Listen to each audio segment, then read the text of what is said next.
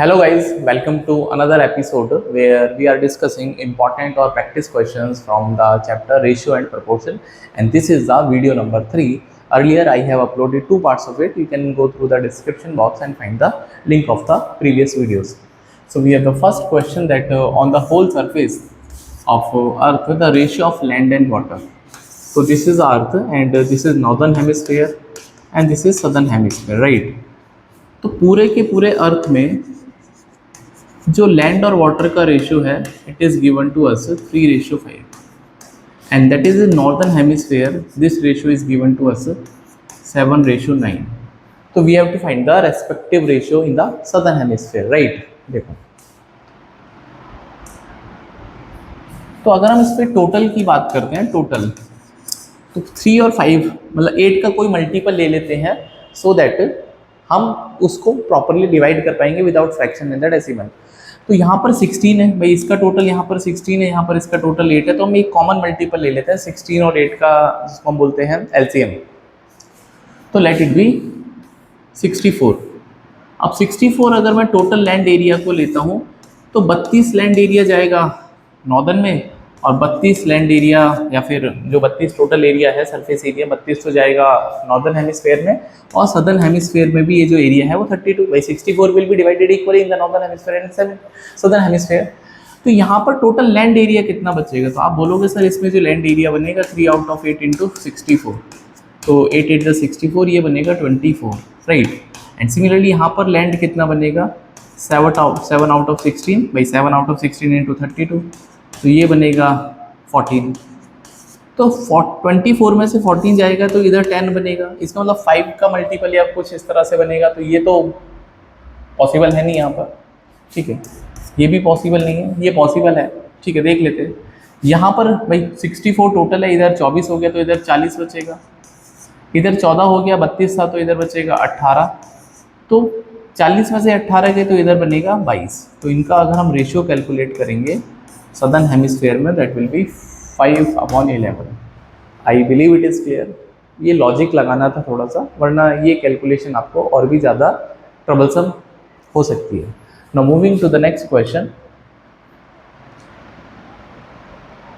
So P Q R are three quantities, P, Q and R.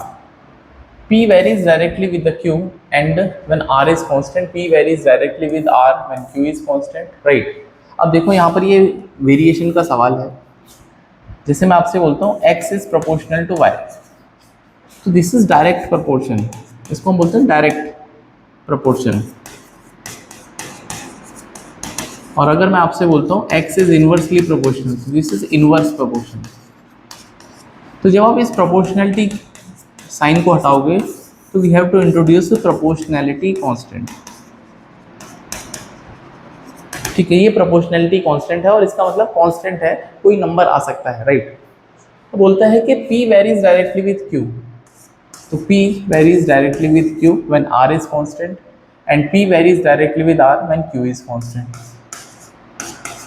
तो जब हम इसको दोनों को क्लब करेंगे तो हम ये बोलेंगे P जो है वो Q और R पर डायरेक्टली वेरी कर रहा है, और जब हम इस प्रोपोर्शनैलिटी साइन को हटाएंगे तो हम एक कांस्टेंट लगा देंगे K, तो P जो है इक्वल्स टू KQR है. अब क्वेश्चन ये बोलता है कि अगर P का वैल्यू, अगर हम रेशियो कंपैरिजन करते हैं तो P1/P2 should be equals to Q1/Q2 into R1/R2. ये हमेशा रेशियो कंपैरिजन में आपको दो चीज़ों को डिवाइड करना पड़ेगा, तो ये प्रोपोर्शनैलिटी कांस्टेंट कैंसिल हो जाएगा. तो अगर P 300 है, अगर Q का वैल्यू 20 है और R का वैल्यू 15 है, and find the value of P, P2 निकालना है सच दैट Q का वैल्यू 40 है और R उस समय 30 है, राइट. तो जब आप इसको सॉल्व करोगे तो ये आएगा 2, ये भी 2 हो जाएगा, तो P2 उस समय आएगा 1200. तो 1200 इसका राइट आंसर है. I believe it is clear, ठीक है. ये प्रपोर्शन है जिसको बोलते हैं डायरेक्टली या फिर inverse proportion. Moving to the next question. It is saying that 3x square plus 3y square equals to 10xy. तो what is the ratio of x to y, right? तो आपके पास ऑप्शंस हैं. इस तरह के क्वेश्चन में आप ऑप्शन का यूज़ करेंगे तो that will be beneficial for you, right? जैसे पहले ऑप्शन में x का वैल्यू अगर 1 है और y का वैल्यू 4 है, ठीक है, तो अगर मैं x का वैल्यू 1 पुट करता हूँ 3 इंटू 1 का स्क्वायर प्लस 3 इंटू 4 का स्क्वायर, तो ये हो जाएगा 16 3 48 और प्लस 9 57। तो यहाँ तो 10 का मल्टीपल नहीं आएगा, डेफिनेटली आ ही नहीं सकता, ठीक है, तो ये तो पॉसिबल नहीं है। सिमिलरली अगर हम सेकंड वाले ऑप्शन पे जाते हैं, इसको x का वैल्यू 3 अज्यूम करते हैं और y का वैल्यू 2, ये हो जाएगा 3 इंटू 3 का स्क्वायर प्लस 3 इंटू 2 का स्क्वायर, ये हो जाएगा 12 और ये हो जाएगा 27। तो यहाँ से भी 39 में 10 तो नहीं दिखेगा, ठीक है भाई, आप चाहे तो करके देख लो। अभी देखो ना, अब ये बोलता है कि x इंटू वाई को 10 से मल्टीप्लाई करना है, तो अगर मैं x की वैल्यू 1 पुट करता हूँ, y की वैल्यू 3, तो 10xy कितना हो जाएगा, 10 इंटू 1 इंटू 3, तो ये 30 हो जाएगा। अब लेफ्ट साइड में भी 30 आना चाहिए, तो 3 तो इसमें कॉमन है और x का स्क्वायर प्लस y का स्क्वायर, राइट। तो जब आप x का स्क्वायर प्लस y का स्क्वायर करोगे तो दैट विल बी 1 का स्क्वायर प्लस 3 का स्क्वायर, तो ये भी 3 इंटू 10 30 हो जाएगा। तो इस तरह से by the using option you can solve this question. तो इसमें सी ऑप्शन करेक्ट आंसर। तो इसमें अगर आप ज़्यादा दिमाग लगाओगे तो हो सकता है आपके इक्वेशन ज़्यादा बने, बट अगर ऑप्शन है और सिंपल कुछ भी वैल्यू पूछा है तो आप इसको ऑप्शन के थ्रू सॉल्व कर सकते हैं। ये द नेक्स्ट क्वेश्चन। तो it is saying that income of P and Q, P और क्यू का जो इनकम रेशियो है, that is P and Q का जो इनकम है वो 1:2 का रेशियो मेंटेन करता है, और उनका जो एक्सपेंडिचर है, ठीक है, तो पी एंड क्यू इनका जो इनकम है दैट इज 1 और 2, और जो इनका एक्सपेंस है दैट इज 1:3 का रेशियो मेंटेन करता है। और सेविंग्स की अगर मैं बात करूँगा, both are saving equal amount that is 500, तो इसको मैं 1x 2x अज्यूम कर सकता हूँ, इसको 1y 3y, तो यहाँ से 1x माइनस 1y का सेविंग बनेगा और इसका सेविंग बनेगा 2x माइनस 3y। अब क्योंकि दोनों सेम अमाउंट सेव कर रहे हैं तो दे मस्ट बी इक्वल, भाई सेविंग्स तो दोनों की इक्वल है 500 500, तो यहाँ से हम सोचेंगे तो ये 2y इक्वल्स टू x, तो x का वैल्यू डबल ऑफ y आ जाएगा, राइट, x का वैल्यू डबल ऑफ y आएगा। तो I can use any of the equation to get the actual numbers because we have to find the numbers, right. हम ये बोल सकते हैं that is x minus Y from the equation first. हम इस first equation ये बोल सकते हैं x minus Y equals to 500 रुपये, हाँ 500 इक्वल्स टू 500। तो यहाँ से x और x का वैल्यू डबल ऑफ y है that is 2y minus Y equals to 500।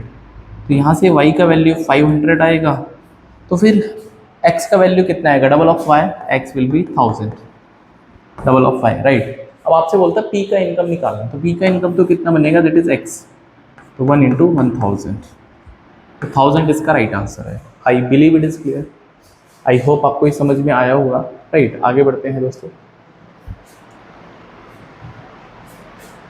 The students in 3 batches in the institutes are 2:3।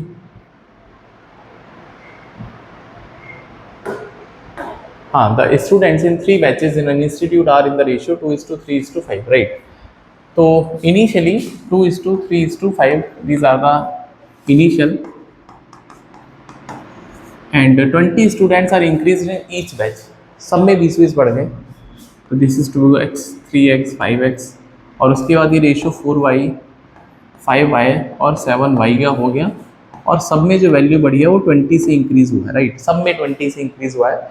तो we have to find the total number of 3 batches before the increase. तो before the increase 5 3 plus ये 10x होना चाहिए, और ये हो जाएगा 7 5 12 4 16x 16y, right, 16y, भाई 7 5 12 4 16, राइट। अब बड़ा सिंपल सा यार, 10 का मल्टीपल आएगा, तो 10 के मल्टीपल तो सारे ही हैं, खैर चलो कोई बात नहीं।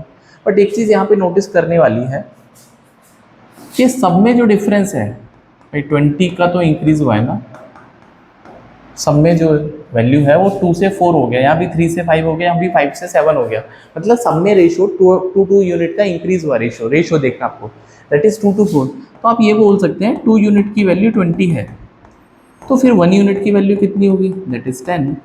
तो अगर 1 यूनिट की वैल्यू 10 है, तो फिर 10 यूनिट की वैल्यू कितनी होगी, 10 into 10 100। I believe it is clear, तो 100 इस सवाल का राइट आंसर है। आई होप आपको ये समझ में आया होगा। हमने क्या किया है, हमने कुछ नहीं किया, हमने ये ऑब्जर्व किया है कि 2 से 4 हो गया, 3 से 5 हो गया, 5 से 7 हो गया, दो यूनिट इंक्रीज हुआ है, नॉट डबल, दो यूनिट इंक्रीज हुआ, तो हर यूनिट का वैल्यू 20 है, because each has been increase by 20, so that's why I can say 1 unit का वैल्यू 10 हो जाएगा। From there I can calculate. Even I can calculate the final also plus 60 करके. Now moving to the next question.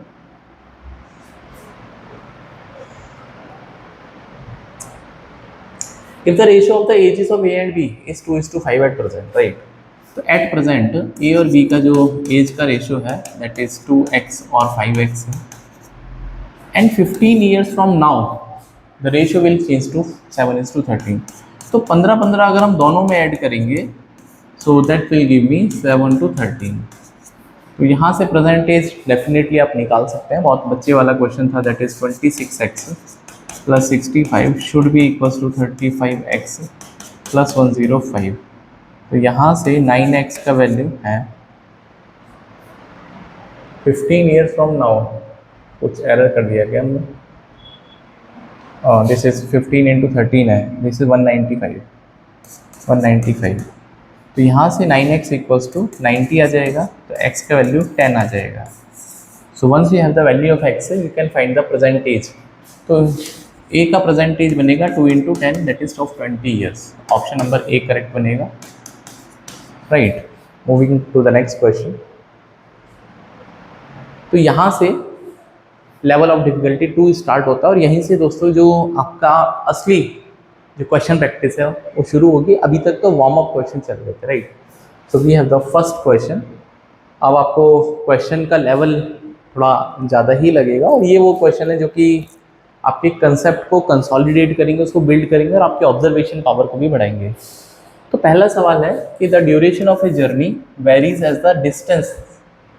तो किसी भी railway journey जो है वो वेरी करती है डिस्टेंस के साथ में, and inversely as the velocity. Inversely as the velocity, ये बात को ध्यान से समझना. और जो उसकी वेलोसिटी है is directly varies with the square root of the coal used quantities. हाँ, कोल कितना यूज करते हैं, कोल का क्वांटिटी उसका स्क्वायर रूट करना है. I believe it is. And inversely proportional to the number of the carriage. यहाँ पे वैगन कितने यूज़ कर रहा है, कैरियज कितने यूज़ कर रहा है, उस पर डिपेंड करता है. अब ये इक्वल नहीं, ये भी वेरीज कर रहा है डायरेक्टली इस तरह से. तो मैंने अभी आपको सिखाया था कि इस प्रोपोर्शनलिटी साइन को हम इक्वल टू में कन्वर्ट करेंगे तो एक प्रोपोर्शनलिटी कांस्टेंट लगाना पड़ेगा. तो हम क्या करेंगे, इस वेलोसिटी को पहले तो यहाँ रखेंगे. तो पहले तो जर्नी के हिसाब से देखते हैं, तो डिस्टेंस को डी मान लेता हूँ मैं. वेलोसिटी में हम क्वांटिटी को क्यू मान लेंगे, स्क्वायर रूट ऑफ Q1, या क्यू मान लेते हैं सिंपल, Q1 बाद में देखेंगे क्यू, और वैगन को हम W मान लेते हैं. तो जब आप इसको क्लब करोगे तो W ऊपर पहुंच जाएगा और क्वांटिटी इस तरह से नीचे आ जाएगी. अब हम प्रोपोर्शनलिटी कांस्टेंट हटाएंगे तो K मान लेते हैं, दैट इज DW इंटू ऐसा Q.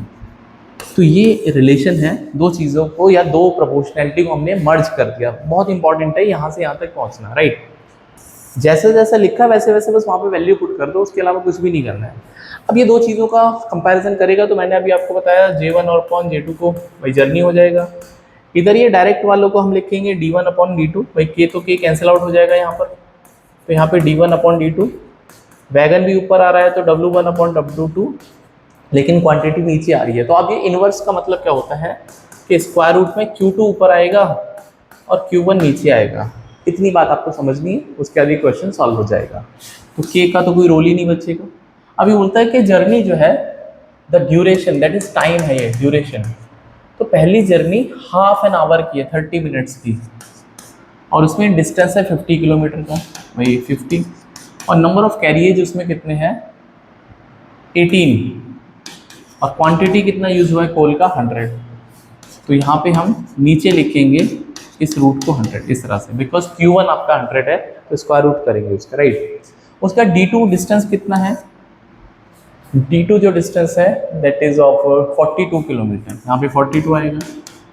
जर्नी का ड्यूरेशन 28 मिनट का है और आपसे बोलता है that how much quantity of the coal should be use, that is Q2 निकालना है. और जो नंबर ऑफ कैरियज है यहाँ पे 16 हो जाएगा, राइट. नाउ बस Q2 निकालना है, आंसर आ जाएगा. देखो कैसे करेंगे, देखो 7 4 जा 28, 7 6 जा 42, राइट. 4 4 जा 16, और इस 0 से 0 कैंसिल आउट हो जाएगा. 3 6 जा 18 हो जाएगा, और इस 6 से भी चला जाएगा, राइट. तो ये बचेगा 4, अपॉन ये 5 equals to square root of Q2, और इसका स्क्वायर रूट करने पर 10 आएगा, राइट। तो ये बचेगा 5 2 जा 10, तो स्क्वायर रूट ऑफ Q2 का जो वैल्यू आएगा वो 8 आएगा। जब आप दोनों तरफ स्क्वायर करोगे तो इसका वैल्यू 64 kg बनेगा। तो option number A correct answer है। तो ये पहला अच्छा सवाल था, आई थिंक आपको मज़ा आया होगा इसको सॉल्व करने का। Moving to the next question. Again ये भी वेरिएशन प्रोपोर्शन का क्वेश्चन है। The mass of a circular disc varies as a square of the radius. तो mass is proportional to the radius का square when the thickness remains constant, and also varies as the thickness when the radius remains constant. ये तो मैंने LOD 1 में भी कराया था, PQR वाला क्वेश्चन। तो मास डायरेक्टली प्रोपोर्शनल T पे है जब यहाँ पे T कांस्टेंट है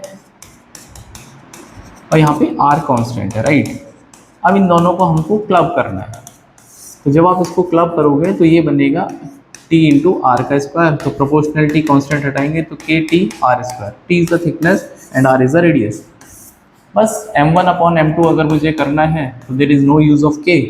तो यहाँ पे बनेगा T1 अपॉन T2 और R1 अपॉन R2 का होल स्क्वायर, बिकॉज ये स्क्वायर में चल रहा है। Two disc have their thickness in the ratio 16:3। तो थिकनेस का रेशियो 16 और 3 का है, और ratio of the radii of the first is thrice the तरफ सेकंड। भैया रेडियस इसका 3 है, सेकंड वाले का मतलब 3:1 का रेशियो मेंटेन करेगा ये, और इसका स्क्वायर भी करना है। तो मास का रेशियो निकालना है, ठीक है। We have to find the, ओहो हमने उल्टा कर दिया। आपको रेडियस का रेशियो निकालना है, R1 अपॉन R2 का स्क्वायर। मास दे रखा है that mass of the first is thrice of, तो 3/1 का रेशियो मेंटेन करेगा, राइट। तो यहाँ से R1 अपॉन R2 का जो स्क्वायर है दैट वुड बी 9/16। जब आप इसका स्क्वायर रूट करोगे तो R1 ratio R2 that is 3:4। तो 3:4 इसका right answer, option number A correct है। I believe it is clear. तो ये सारा चीज़ आपको करने का, तो उसके बाद तो क्वेश्चन कुछ भी नहीं है, बट ये थोड़ा सा आपको समझना पड़ेगा। We have another question that the income of Rahul, Saurabh and Sachin. ये भी अच्छा क्वेश्चन है। राहुल, सचिन और सौरभ और सचिन का रेशियो 4:5:6 का है, राइट। राहुल, सौरभ और सचिन, इनका जो इनकम रेशियो है, income ratio that is given to us 4x, 5x और 6x, and their expenditure, right, expenditure ये 6y। आप दोबारा जब आप रेशियो लिखते हैं, तो आपका जो वेरिएबल है वो डिफरेंट होना चाहिए। हाँ, आप x नहीं लगा सकते दोबारा जब तक क्वेश्चन में कुछ हिंट ना मिले। अब ये क्वेश्चन बोलता है कि सेविंग्स अगर हम निकालेंगे, Rahul saves 1/4 of his income. तो जो राहुल की जो सेविंग्स है, अगर मैं यहाँ से सोचूंगा इसकी सेविंग्स हो जाएगी 4x माइनस 6y, और ये बोलता है ये 1/4 अपनी इनकम का सेव कर रहा है, that is 4x। I believe it is clear. भाई Rahul save 1/4 of his income, तो 4 रुपये कमाएगा तो x बचा पाएगा 1/4, तो ठीक है। तो यहाँ से आप सोचोगे तो 3x का वैल्यू 6y के इक्वल आ जाएगा, तो x इक्वल्स टू 2y, मतलब x का वैल्यू 2y है। तो आपको सेविंग रेशियो निकालना है, राइट, सेविंग रेशियो निकालना है। तो x का वैल्यू अगर 2y है तो ये हो जाएगा, भाई x की जगह 2y पुट करेंगे तो 8y हो जाएगा, ये 10y हो जाएगा, डबल हो जाएगा, ये 12y। अब इनका रेशियो निकालना आपको सेविंग्स का, राइट। अब देखो कुछ बचा ही नहीं क्वेश्चन में, तो 8 में से 6 गए, भाई इसका बचेगा 2y का, 10 में से 7 गए 3y, और 12 माइनस 8 इज 4y। तो y का तो कोई रोल नहीं बचेगा, 2 3 4 इसका राइट आंसर बनेगा, ऑप्शन नंबर ए करेक्ट है। I believe it is clear. तो ये थोड़ा सा आपको कनेक्ट करने वाली बात।